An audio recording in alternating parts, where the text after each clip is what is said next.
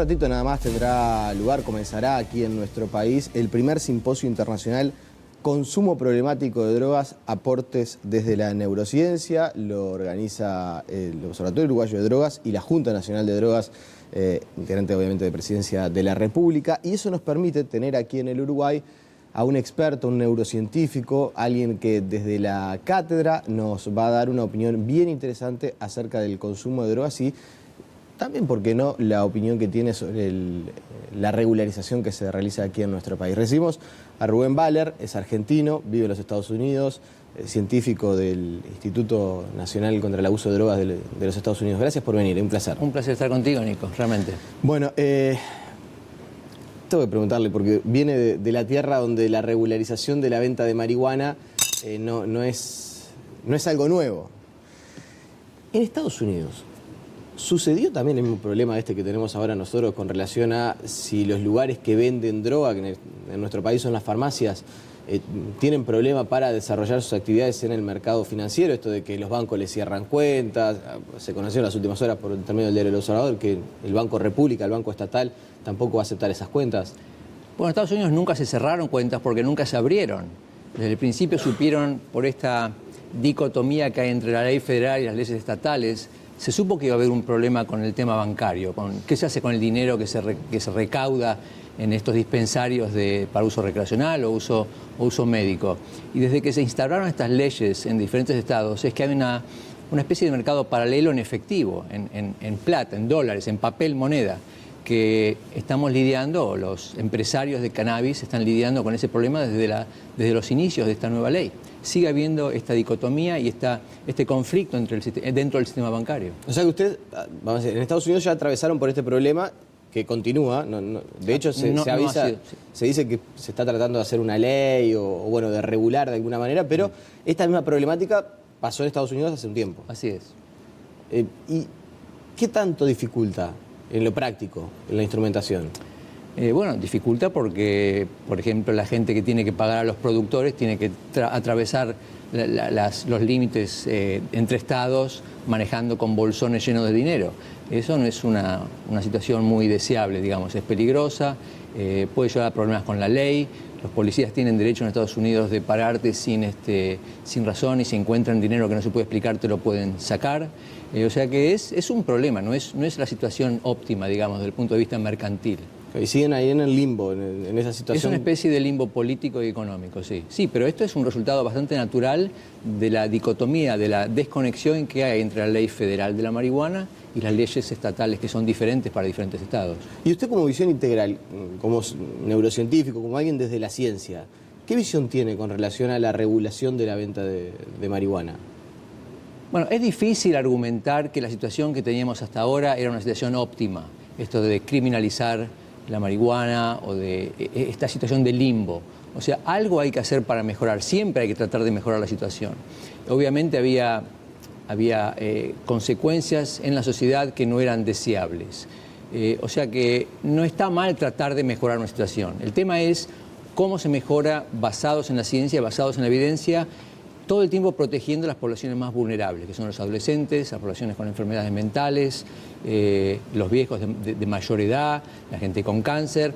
O sea, si se tiene a esas poblaciones en mente cuando se diseñan, implementan políticas de salud pública, entonces son esfuerzos que son legítimos, razonables y uno querría esperar que lleven a soluciones óptimas. ¿Sabe que cuando acá en Uruguay se empezó con la venta de marihuana en farmacias, una de las cosas que veíamos, claro, uno lo ve desde acá, desde el país, es que la información había trascendido y mucho fuera de fronteras, ¿no? Uno veía notas en el New York Times, en El País de Madrid, en el diario Clarín de Argentina. ¿Realmente la experiencia uruguaya es seguida con atención desde fuera de fronteras? Estas situaciones que podríamos llamar como experimentos naturales que están ocurriendo en Colorado, en Washington, en Uruguay, en Costa Rica, diferentes países son como diferentes laboratorios. Y de hecho te puedo aseverar categóricamente que la experiencia uruguaya está siendo seguida con mucho interés en Estados Unidos. ¿Y qué tiene de destacable o qué es lo que le llama la atención en Estados Unidos? Bueno, es como una heladería, cada país tiene diferentes sabores. Daría la impresión desde afuera como que en Uruguay hay un intento serio, por lo menos de mejorar la situación, de aplacar un poco el impacto del mercado negro, de tratar de proteger con ciertas leyes, ciertos cercos a las poblaciones vulnerables, de no es un viva la pepa, de que todo sea liberalizado. Hay todavía bolsillos en los cuales la actividad es criminal y puede ser penalizada. O sea, parecería desde afuera, en forma superficial, te repito, un intento serio de moverse hacia adelante. ¿Qué es lo que va a ocurrir en la realidad? Tendremos que esperar, es prematuro y hay que realmente monitorear en forma cercana, transparente, cuál es la experiencia. He repasado en internet, en YouTube se encuentran algunas de tus exposiciones. Apuntás mucho siempre a lo que tiene que ver con el consumo de la marihuana en las etapas adolescentes y en el peligro y el impacto que ello conlleva, el consumir marihuana desde muy joven. La pregunta que me surge, así como primera en torno a ese asunto es, ¿la principal amenaza es la baja en la percepción del riesgo? Esto de que porque se vendan las farmacias, por más que no se le venda a menores, que exista como en el imaginario social una baja en la percepción del riesgo. ¿Esto es un problema? Si me hubieras preguntado esto hacía 2 meses, te hubiera dicho que sí. Pero desde entonces salió la nueva encuesta que se hace en Estados Unidos todos los años, que por primera vez en 30 o 40 años muestra que se han separado esas dos tendencias, que no necesariamente una disminución en la percepción de riesgo lleva en consecuencia a un aumento en el uso de la marihuana. Por primera vez desde 1975 que esas dos líneas se han separado y no están más casadas, digamos. O sea, percibir que no es riesgosa, no quiere decir que lleve a que el aumento, se produzca un aumento en el consumo. Hasta hace el año pasado esto era siempre verdad, desde 1975, pero se ha roto esa relación, esa correlación tan íntima entre las dos medidas. No sabemos por qué, hay hipótesis, podemos especular diferentes explicaciones, pero en este momento sería tan solo eso, especulaciones, no sabemos. Así que no te puedo decir si la baja de la percepción de riesgo va a llevar en forma causal a un aumento de la prevalencia de uso entre los jóvenes, que son los que más nos preocupan. Habrá que esperar y ver qué es lo que ocurre en cada experimento de lo que estamos hablando. Seguramente muchos jóvenes que estén preparándose a esta hora para ir a estudiar puedan estar mirando la entrevista, prestando atención. Si usted, como neurocientífico, tuviera que explicarle por qué hay un riesgo claro a la salud al consumo de marihuana desde la etapa adolescente, ¿cómo lo ejemplificaría? En realidad es un error concentrarse en la marihuana. El foco tiene que estar, sobre todo para la gente adolescente, tiene que estar en el cerebro y su interacción con cualquier droga psicoactiva, tanto sea legal o ilegal, tanto sea el tabaco, el alcohol, la marihuana, la cocaína, la pasta base. Todas esas drogas se usan porque son psicoactivas. Eso quiere decir que interfieren con la actividad cerebral. Y en esa etapa de vulnerabilidad, entre los 13 y 20, 21, 22 años, el cerebro es sumamente lábil, es frágil, porque es el periodo de la vida en el cual el cerebro se está programando la computadora del cerebro para el eventual conductas en el futuro, para preparar esa trayectoria de vida. Es una etapa muy, muy vulnerable, en la cual cualquier tipo de interferencia con cualquier tipo de droga puede producir déficits en el futuro. O sea que el mensaje es que hay que evitar la exposición a cualquier tipo de moléculas que interfieren con ese proceso tan delicado y exquisito de programación de tu computadora, de la cual tenés una sola y con la que vas a tener que vivir todo el resto de tu vida. Claro.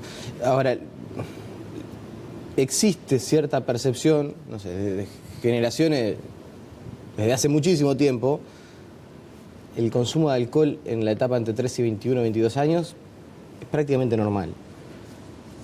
Yo diría que el consumo de tabaco, pese a que en los últimos años, por suerte, aquí en el Uruguay se ha reducido, y en particular en esas etapas, por un tema de una campaña educativa, por muchas cosas que se considera que se están haciendo bien, se ha reducido, también es bastante frecuente que pueda, eventualmente, aunque sea probar un cigarro de tabaco, aunque esté mal.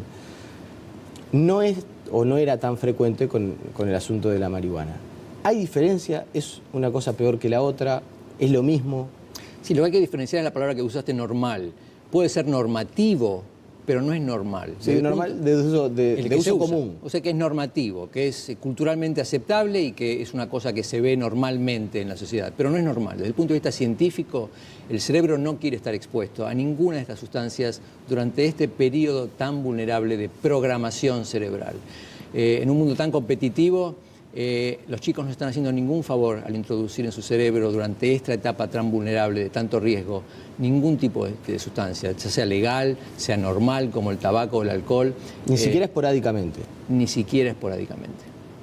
Lo recomendable, como desde la ciencia, es nada. Lo recomendable, yo veo el uso de drogas, sobre todo por los adolescentes, como un déficit, como un síntoma de que falta refuerzos naturales. Faltan recompensas sociales, faltan como un déficit. Es una válvula de escape. Los chicos normalmente quieren tomar riesgos. Y el hecho de que sea normativo en la sociedad la toma de alcohol, como se ven, que toman ron, alcohol, no solamente cerveza, sino alcoholes, bebidas de muy alto contenido de alcohol, es realmente peligroso, neurotóxico y produce estragos en la salud del cerebro. Justamente en esta etapa que te decía es sumamente vulnerable y frágil porque es la etapa en la cual se está programando. Es una etapa de mucha fluidez en la forma que el cerebro produce y crea sus neuronas. Esas neuronas se tienen que estar conectando en respuesta a actividades sanas, no en respuesta a actividades que son tóxicas para la salud del cerebro. ¿Y ese riesgo disminuye después con el tiempo? Bueno, como te decía, la ventana de mayor vulnerabilidad es entre la preadolescencia, 12, 13, cuando empieza el uso de sustancias, y los 20, 21, 22 años, dependiendo de la persona.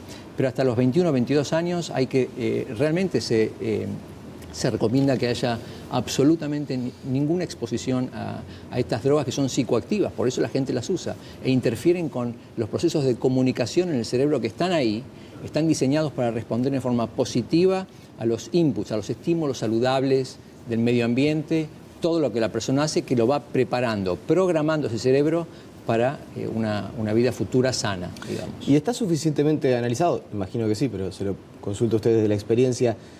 Las diferencias que provoca en el cerebro el consumo de marihuana con relación, por ejemplo, al consumo de alcohol, al consumo de tabaco, al consumo de cocaína. Por supuesto, la drogadicción se puede definir de alguna manera como una enfermedad de aprendizaje. Es un mal aprendizaje. El cerebro aprende a adaptarse a un estímulo negativo.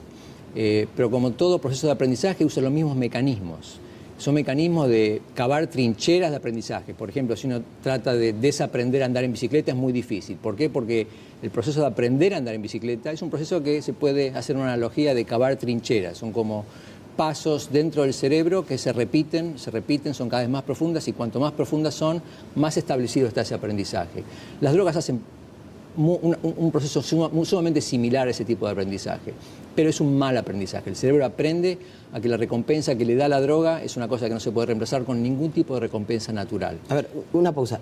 Esto que muchas veces nos pasa de, no sé, tuve un día complicado en el trabajo, llego a casa y lo que quiero es tomarme una copa de vino, una botellita de cerveza, eso es un mal aprendizaje que tengo en el cerebro. Bueno, lo que está buscando en esa situación es el efecto agudo, digamos, de la droga, que es la intoxicación.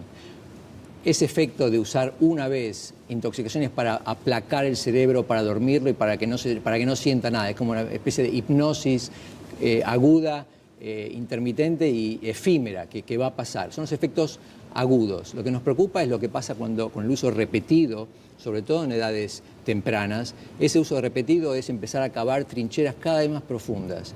La profundidad con que se cavan trincheras depende de la droga. No es lo mismo una trinchera cavada por la marihuana que por el alcohol, que por la metanfetamina, que por la pasta base. Diferentes drogas tienen diferentes capacidades de inducir esos procesos de aprendizaje. Y en la escala de cuán profunda es esa trinchera, ¿cuál es la peor? Bueno, nadie va con... Mi instituto no está en el negocio de hacer rankings, porque eso depende mucho también de la persona, depende de enfermedades mentales, depende de la edad. Por supuesto que nadie puede equiparar la pasta base o la metanfetamina con la marihuana. Pero todos son tóxicos, todos son psicoactivos y dependiendo del contexto en el cual se usan esas drogas, el efecto último puede ser igualmente nocivo. ¿Y cuál es el comportamiento de los consumidores en Estados Unidos? Muchas veces se habla acerca de las políticas antidrogas que Estados Unidos promueve en distintos países. La ayuda al combate del narcotráfico, y siempre se dice, bueno, pero en realidad Estados Unidos es como el caso paradigmático donde más se consume drogas. Si no hubiera tanto consumo de drogas en Estados Unidos, no habría tantos productores de cocaína en Colombia, ni en México. ¿Cómo se hace para hacer un combate efectivo al consumo de estas drogas? Estamos en una época de transición de políticas, obviamente. Hasta el expresidente Obama ha admitido en forma abierta que la guerra contra las drogas no ha funcionado, que ha producido realmente muchos problemas. A veces las consecuencias han sido más nocivas que lo que ha tratado de solucionar. O sea que es un problema de transición. El experimento en Uruguay, en diferentes estados, en Costa Rica, en Argentina, demuestran que es ese periodo de transición. ¿A qué va a llevar? Hoy no lo sabemos. Por eso tienen valor este tipo de experimentos, pero hay que monitorearlos en forma transparente, en forma seria y basados en la ciencia. Eso es todo lo que te puedo decir. Mucho más en temas de política no puedo adentrarme porque soy un científico que... Usted es científico del Instituto contra el Abuso de Drogas en los Estados Unidos. Es sobre el abuso de drogas, sí, no contra. Sí, sobre el abuso de drogas. ¿Por qué hay tanto abuso de drogas? ¿Es un fenómeno de la sociedad norteamericana? ¿Es algo que podemos aprender para...? La pregunta que venía a continuación era, ¿qué de esa experiencia para combatir el abuso de drogas podemos tomar países donde quizás el tema no esté tan latente? Es una pregunta sumamente importante. Creo que es de alguna manera el foco de mis presentaciones cuando me encuentro con chicos, con padres, con maestros. Yo veo el abuso de drogas y la adicción como un síntoma social. Es una enfermedad del cerebro, sí, pero también es un síntoma de carencias en nuestra vida, que cada vez se hacen más y más obvias, en la falta de conectividad social, la falta de actividades saludables y de recompensas y refuerzos que son naturales. Entonces, naturalmente, mucha gente cae por la barranca y busca refuerzos que no son naturales, recompensas que no son naturales y que son sumamente potentes, al principio por lo menos. Después, cuando se entra en la cascada de la adicción, la fuerza de la recompensa es cada vez más y más débil. Pero en principio se busca como compensar un déficit. Para diferentes personas ese déficit es falta laboral, falta de conectividad social, pero las drogas ofrecen al principio por lo menos una recompensa que es muy difícil de encontrar en otro lado. Me dejó pensando, porque en realidad uno, por lo menos en la visión que uno tendría, siente que muchas veces, sobre todo el consumo inicial de drogas, en el alcohol hasta hace muy poco tiempo estaba promovido incluso por la familia. Estar en un asado y era como una especie de chiste, chiste mal entendido, de decirle a un joven, tomá, vení, probá. En el consumo de tabaco, de marihuana, muchas veces juega el entorno de las amistades, ¿no? Si mi amigo lo hace, me ofrece, como que uno no lo visualiza como parte de un déficit, sino de una especie de ola que va llevando al joven al consumo. Por supuesto, no es solamente el déficit, es un déficit del cual las corporaciones como las empresas tabacaleras se han aprovechado por muchos años, se han hecho esos productos cada vez más adictivos y los marketean justamente a las poblaciones más vulnerables, como son los adolescentes. O sea que es una mezcla de diferentes factores. La última, ya que mencionó el tema del tabaco, ahí también Uruguay ha hecho como punta a nivel mundial en cuanto a las políticas antitabaco.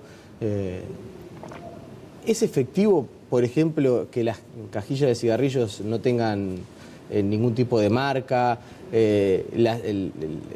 las imágenes que se ponen alertando sobre el efecto que produce el consumo de tabaco, son efectivas en el cerebro en el que va a comprar el consumidor? En alguien pueden llegar a ser efectivas. Obviamente, si le querés quitar 10 kilos a un auto de carrera, no le vas a quitar el alerón o 2 ruedas. Vas a buscar lugares donde podés sacar 10 gramos en miles de diferentes lugares.